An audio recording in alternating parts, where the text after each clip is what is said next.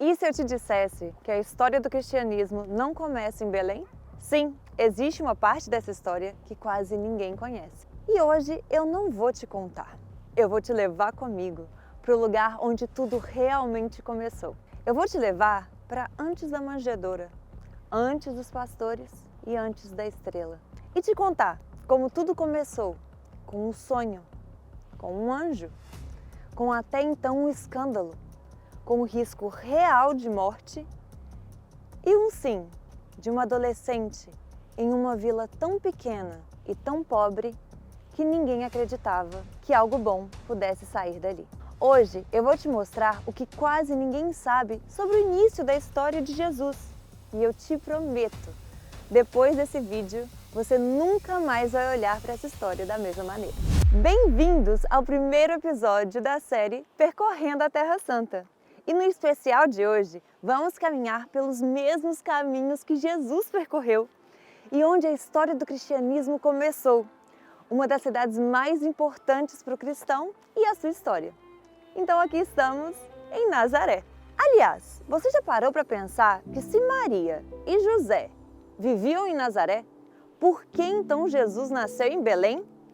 Fica comigo, porque hoje você vai entender isso também até o final desse vídeo. Mas afinal, por que Nazaré é tão importante? A cidade onde Maria e José viviam. Foi aqui que Maria recebeu o anúncio do anjo Gabriel e onde Jesus passou sua infância e juventude. Um lugar simples que se tornou o berço da história cristã. É por isso que ele é conhecido como Jesus de Nazaré. Agora, estamos num lugar onde tudo começou realmente. Vamos ver o local onde o milagre aconteceu e mudou o mundo. Estamos agora na praça mais importante para entender o início real da história do nascimento de Jesus e da fé cristã. Aqui estamos na Basílica da Anunciação, uma das maiores igrejas cristãs de todo o Oriente Médio. Ela, inclusive, é insuperável em sua imponência simbólica e porte arquitetônico. Aqui também é o local onde, segundo a tradição, o anjo Gabriel apareceu para Maria. Aqui, onde a Igreja da Anunciação, ficavam a casa dos pais de Maria. E a Igreja São José era onde era a casa e a oficina de José há 2000 anos atrás. Apesar de Jesus ter crescido em Nazaré, ele não nasceu aqui. Jesus nasceu em Belém. E agora vamos responder aquela pergunta, por que Jesus nasceu em Belém? Bom, Lucas nos explica que José e Maria não foram para Belém por acaso. Naquele período, o Império Romano decretou que cada homem fosse obrigado a retornar à sua cidade ancestral para ser oficialmente registrado. O Evangelho afirma que José era descendente do rei Davi e a cidade de Davi era Belém. Isso significa que a família de José tinha origem ali.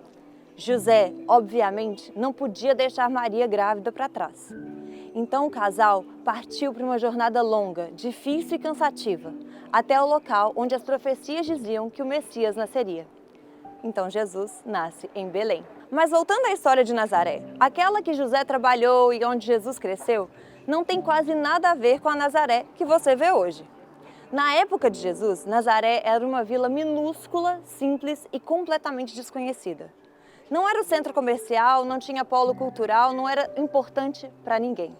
As pessoas viviam em casas muito simples, feitas principalmente de pedra, ou até escavadas diretamente na rocha. E isso por um motivo muito simples. A pedra era o material mais abundante aqui. Afinal, estamos falando do Oriente Médio. A Galileia era relativamente verde, mas não tinha nem de longe as florestas que vemos hoje. Grande parte das árvores atuais foram plantadas apenas no século XIX e XX por movimentos judeus como Keren Kayenet, com o objetivo de fazer o deserto florescer. Na época de Jesus, a paisagem era majoritariamente agrícola, trigo, cevada, pedregulhos e outros cultivos. Por isso, os judeus da região construíram quase tudo com a rocha local, especialmente o calcário. E é aqui que surge uma pergunta importante. Se quase tudo era feito de pedra, como José e Jesus eram carpinteiros? A resposta é, provavelmente, eles talvez não fossem. Isso vem de uma tradução imprecisa. A palavra original usada no Novo Testamento em grego é tekton. E essa palavra não significa carpinteiro. Ela significa artesão ou construtor em geral. Quando o texto foi traduzido do latim na Europa, onde a madeira era abundante, o termo foi automaticamente associado a quem trabalhava com madeira. E assim, artesão virou carpinteiro. Mas a arqueologia confirma, Nazaré era uma aldeia pobre, construída em pedras, com algo entre 200 a 400 habitantes somente, sem importância política, sem relevância econômica. Agora imagine o impacto disso. Uma vila onde todo mundo se conhece e, de repente, Maria aparece grávida, sem ainda morar com José, o que era comum naquela época. Ela aguardava a celebração do casamento, morando ainda na casa da sua mãe. Você consegue imaginar o escândalo? Provavelmente foi o assunto do ano e a fofoca dessa pequena aldeia naquela época. E é justamente esse lugar simples, esquecido e improvável que surge a história que mudaria o mundo para sempre. E é entre esses pontos, a Igreja de São José e a Igreja da Anunciação, que o maior acontecimento da história humana começou. E como toda a nossa série começa com a palavra, vamos ler um trecho essencial. Lucas 26 a 38. Lucas 1, versículo 26 a 38. No 6º mês, Deus enviou o anjo Gabriel a Nazaré, uma cidade da Galileia, a uma virgem chamada Maria, prometida em casamento a um homem chamado José, descendente do rei Davi. Gabriel apareceu a ela e disse: "Alegre-se, jovem agraciada, o Senhor está com você." Muito perturbada com essas palavras, Maria tentava imaginar o que o anjo quis dizer. Mas o anjo lhe disse: "Não tenhas medo, Maria, porque Deus resolveu abençoá-la maravilhosamente. Muito em breve você ficará grávida, dará à luz a um menino e lhe dará o nome de Jesus. Ele será muito importante e será chamado de o Filho de Deus Altíssimo. O Senhor Deus lhe dará o trono do seu antepassado Davi, e ele reinará sobre o povo de Jacó para sempre. E o seu reino nunca acabará." Maria perguntou ao anjo: "Mas como posso ter um filho? Eu ainda sou virgem." O anjo respondeu: "O Espírito Santo virá sobre você e o poder do Altíssimo a cobrirá com a sua sombra. Por isso, a criança que vai nascer de você será chamada de o Filho de Deus. A criança que virá de você será chamada de Santo e Filho de Deus. Além disso, há 6 meses, a sua prima Isabel, aquela que diziam ser estéril, ficou grávida em idade avançada. Sim, isso prova que para Deus nada é impossível." Maria disse: "Eu sou a serva do Senhor e estou pronta a fazer tudo quanto for necessário que aconteça tudo que o Senhor me disse." Então o anjo a deixou. Esse sim de Maria mudou o mundo. Maria, uma adolescente simples, pobre, morava em uma vila sem importância política. Mas Deus olhou para ela e disse: "Eu te escolhi." E aqui, nesse lugar, nesse chão, nesse pedaço de Nazaré, Deus iniciou o plano que salvaria a humanidade. E do outro lado da praça, temos José. Ele também recebeu uma revelação. Ele quis ir embora. Ele achou que Maria havia o traído. Ele ficou devastado. Mas Deus o visitou em sonho e disse: "Não temas receber Maria." E José obedeceu. Entre essas duas igrejas está a história de 2 pessoas comuns que disseram sim. E por causa desse sim, nasceu Jesus. O nascimento de Jesus é sobre esse encontro. O sim de Maria, o sim de José e o sim de Deus para vir ao mundo. Essa praça é o coração da fé cristã. Porque sem esse momento, sem essa coragem, sem essa obediência, Belém nunca teria acontecido. O milagre não começa no berço, começa na obediência. Agora, vem comigo que eu vou te mostrar uns lugares onde Maria vinha praticamente todos os dias com Jesus, quando ele era apenas uma criancinha. Adivinha onde estamos agora? Tem cheiro de café e som de água correndo. Aqui é onde a história se torna mais cotidiana, mais humana. Nada mostra melhor a infância de Jesus do que esse lugar. Hoje é um café, um lugar para reunir pessoas. E na época de Jesus, era um manancial, o centro da vida em Nazaré. Aqui, Maria vinha buscar água. Aqui, as mulheres conversavam. Aqui, as crianças brincavam. Aqui, Jesus cresceu. E para entendermos a história de Jesus, precisamos entender que ele cresceu nesse cotidiano. Jesus viveu entre barulhos, vizinhos, risadas de crianças, discussões de mercado, cheiro de poeira, sol quente, dias difíceis.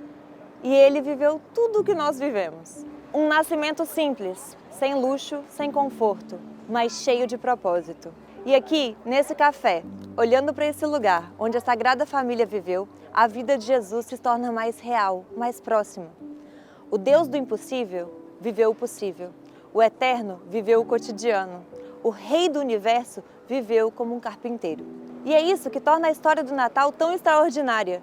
O divino se misturou com o humano, para que conhecêssemos o amor de Deus. Muita coisa mudou desde que Jesus caminhou por essas terras. Hoje, Nazaré é uma cidade cheia de vida, mas no passado ela era apenas uma vila perdida no meio da Galileia, sem nenhuma grande importância. Nazaré só se tornou importante por causa das histórias ligadas ao Jesus. A primeira grande transformação aconteceu no século IV, quando o Império Romano ainda governava nessa região. Helena, mãe do imperador Constantino, viaja até essa pequena vila. Ela identifica o local que, segundo a tradição, teriam vivido a Maria, José e Jesus. E toma uma decisão que muda tudo. Helena ordena a construção da primeira igreja em Nazaré. Pela primeira vez, a importância desse lugar é marcada fisicamente, no coração da vila. Com o passar dos séculos, a região muda de mãos. Os árabes conquistam o território, a igreja é destruída. Mais tarde, os cruzados retomam Nazaré e constroem a igreja novamente. Mas, quando os árabes expulsam os cruzados, a igreja é destruída mais uma vez. Mesmo assim, algo já tinha mudado para sempre. A importância de Nazaré, antes pequena e insignificante, já estava definitivamente estabelecida. Até meados do século XX, Nazaré era uma cidade majoritariamente cristã. Estamos no Monte do Precipício, um dos lugares mais impressionantes de Nazaré. É aqui que temos a visão clara do vale. E por aqui nós entendemos o tipo de terreno que Maria e José enfrentaram para chegar até Belém. Mas para começar, eu gostaria que você imaginasse comigo uma coisa importante. Maria, grávida, saindo de Nazaré. José, preocupado, guiando-a por trilhas como esta. O vento frio, o terreno acidentado. Dias de caminhada. A fragilidade, a fé. Uma viagem que para qualquer mulher grávida seria quase impossível. Mas o Natal sempre foi uma história de impossíveis que se tornaram possíveis. E o mais lindo é que essa jornada não começa com luzes, nem com festas e nem com presentes. O nascimento de Jesus começa com fé, começa com obediência, começa com um casal simples que acreditou nas promessas de Deus. Aqui desse monte, olhando a paisagem, eu consigo imaginar a coragem de Maria. A Bíblia não descreve seus medos, mas qualquer mulher sabe, ela sentiu medo. E mesmo assim, ela foi. Esse lugar me lembra que Deus não escolheu apenas vir ao mundo. Ele escolheu o caminho mais difícil. Ele escolheu a vulnerabilidade. Ele escolheu uma família simples. Ele escolheu caminhar por trilhas como essas, enfrentando o mundo como qualquer um de nós. Quando você pensar no Natal, lembre-se, Deus não veio como um rei cercado de ouro. Ele veio como um bebê cercado de poeira. Nazaré não é apenas o lugar onde a Maria ouviu o anúncio do anjo. É também o lugar para onde o Jesus voltou antes de seguir para Jerusalém. É onde falta de fé limitou aquilo que ele podia fazer. Antes dos grandes milagres em outras cidades, antes do confronto final em Jerusalém, Jesus retorna à sua terra natal. Ele vai à sinagoga de Nazaré, como era seu costume, lê as Escrituras e começa a ensinar. Segundo o Evangelho de Lucas, ele lê Isaías 61, um texto que fala sobre o enviado de Deus, aquele que vem trazer liberação, cura e justiça. Então Jesus faz uma declaração decisiva. Aquela profecia estava se cumprindo aí, nele mesmo. Mas em vez de fé, o que ele encontra é resistência. A incredulidade se transforma em rejeição. Isso nos leva a uma reflexão profunda. Quantas vezes acontece o mesmo hoje? Quantas pessoas não são descreditadas justamente porque está mais perto? Pela família, pelos amigos, por aqueles que conhecem sua história desde o começo. Os evangelhos deixam claro que a falta de fé em Nazaré teve consequências. Jesus não realizou aqui muitos milagres. Não foi por falta de poder, mas a incredulidade fechou as portas. Aqui, nesse lugar, Jesus foi rejeitado, mas foi dali que ele seguiu adiante, até Jerusalém, onde sua missão se cumpriria por completo. Agora vamos ver um pouco de como o Natal é celebrado aqui em Nazaré. A cidade ganha vida com mercados natalinos cheios de música, artesanato e comidas tradicionais, enquanto a grande árvore central e as decorações iluminam as ruas históricas. Os cristãos locais celebram em paz em procissões, festivais, eventos culturais que reúnem famílias inteiras. Uma mistura de fé, tradição, alegria que transforma Nazaré em um dos lugares mais especiais para viver o espírito de Natal. E antes de encerrar esse episódio, eu preciso compartilhar algo muito importante. Algo que só quem vive aqui em Israel consegue ver de perto. Como cristã, eu vivo aqui e eu vejo Israel celebrando o Natal em vários lugares. Vejo luzes, música, turistas, famílias inteiras vindo recordar o nascimento de Jesus com alegria. A fé cristã continua viva e protegida aqui em Israel.